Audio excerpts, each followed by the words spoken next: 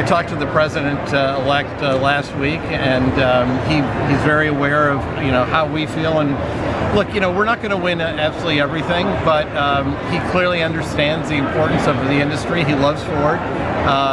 And he loves the fact that we're the most American car company, and so I expect we're going to have a very good relationship with him. Do you see another advisory council like Trump had before?